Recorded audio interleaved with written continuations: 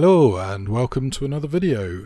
This time I'm going to be talking about Kickstarter again, but we're in June now and you've got a few Kickstarters you can catch at the last minute. Now Richard Borg's Red Alert is Command & Colors in space. Looks very interesting. They've tweaked the campaign, it's really taken off and you're getting quite a lot of content for your money. Definitely one worth checking out if you're a fan of Command & Colors. Now as a major fan of Command & Colors Ancients, I was very excited by this. I'm not sure I want to back it because I'm not so keen on Command & Colors with miniatures, but the rules look pretty good, some of the tweaks to the system look good, and this game looks very similar to me to sort of Command & Colors was it Samurai? I've forgotten the name of it. The Samurai version of the game, where you've got tokens you can spend to play cards and do actions and stuff. Really cool tweak to the rules, and definitely one I'd happily play. But I'm not sure I want to buy it. Basically because of the miniatures, because I like my wooden blocks with my stickers, I'm afraid. So we've then got Vast. Now Vast is a really cool asymmetric game, and this is the Mysterious Manor. So it's a separate game from the Caverns expansion, base game. But the Vast game also comes with a free Creepy Corridors expansion if you're interested. And look at all this cool minis you're going to get. You've got your 5 separate people, so the Paladin, the Skeleton, the Spider, the Manor and the Enchanter. They all work slightly differently from each other, which will make this maybe a little bit hard to get to the table. There's some really cool stuff. Now I was interested in this game because I thought I could maybe get Root, which is a Kickstarter that I missed out on. Unfortunately, they've cancelled the Root add-on to this. Instead, you're going to have to buy it directly from them. So definitely check out Vast. The art style is good, the gameplay's interesting, and I think it's a pretty good game. I'm and R in what I want to do about this. As I've mentioned several times, my funds are very limited, so I have to be really careful at the moment about what to back and what not to back. Boomerang from Grail Games. I'm pretty happy with most of the stuff I've backed from Grail Games.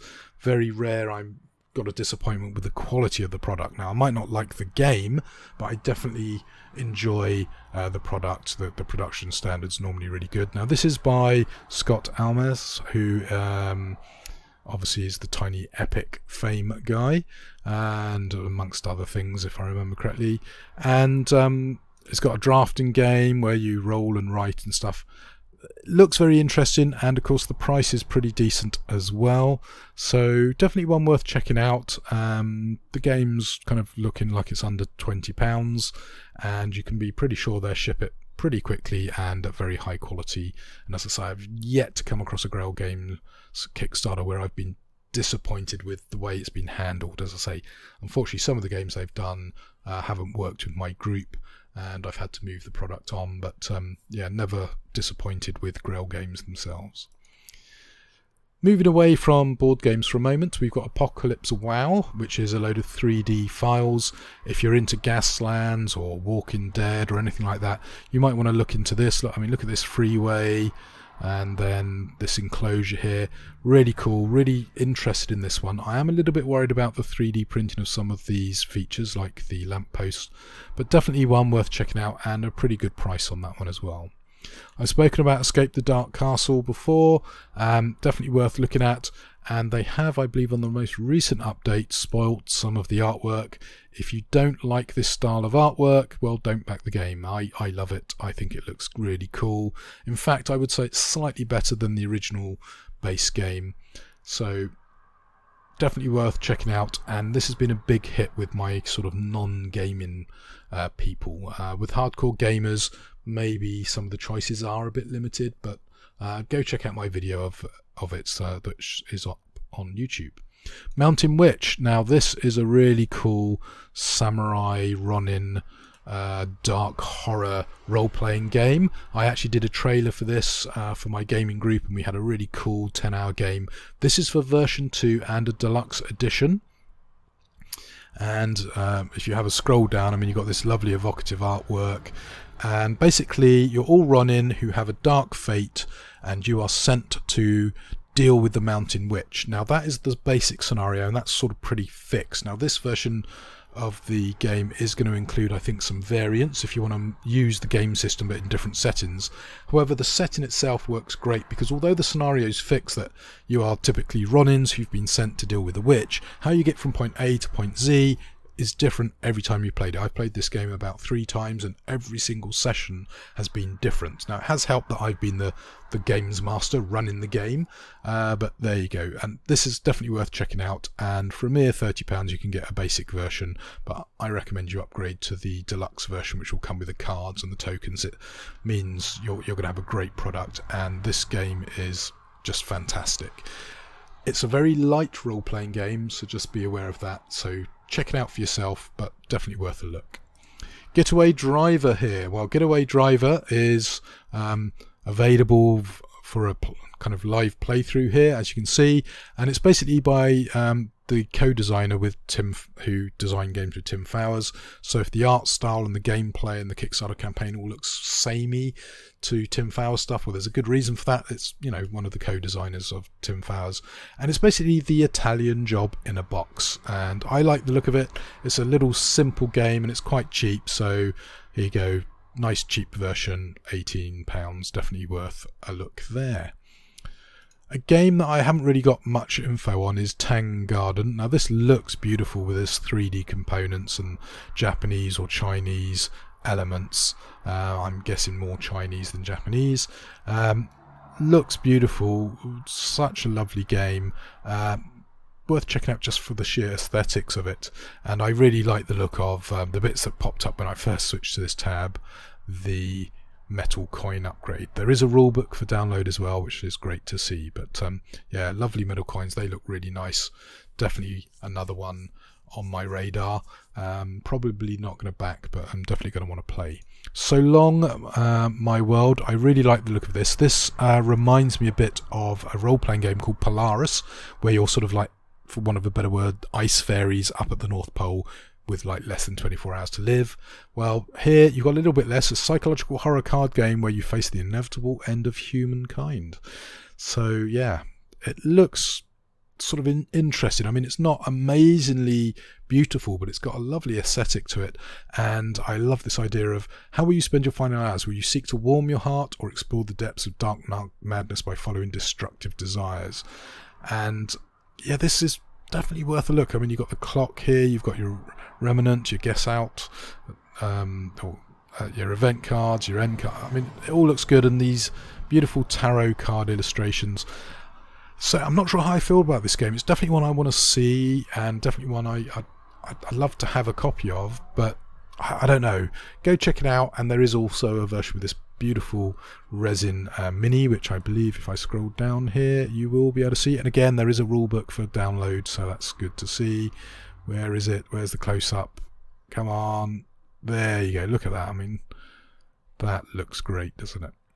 Okay, well, whistle stop tour through those. The biggie I've left to last, and this is Solomon Kane. Now, if you back this on an early bird, you've got a free expansion. It's now a $10 add-on, so you haven't missed out on anything if you're coming to this late.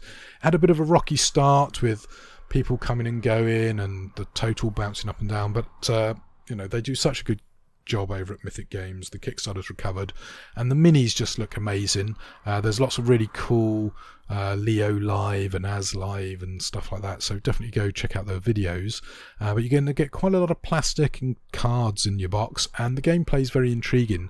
You are playing the parts of virtues, who are aspects, I guess, of Solomon Kane's psyche, and you're sort of controlling him by moving him around the board to achieve your objectives.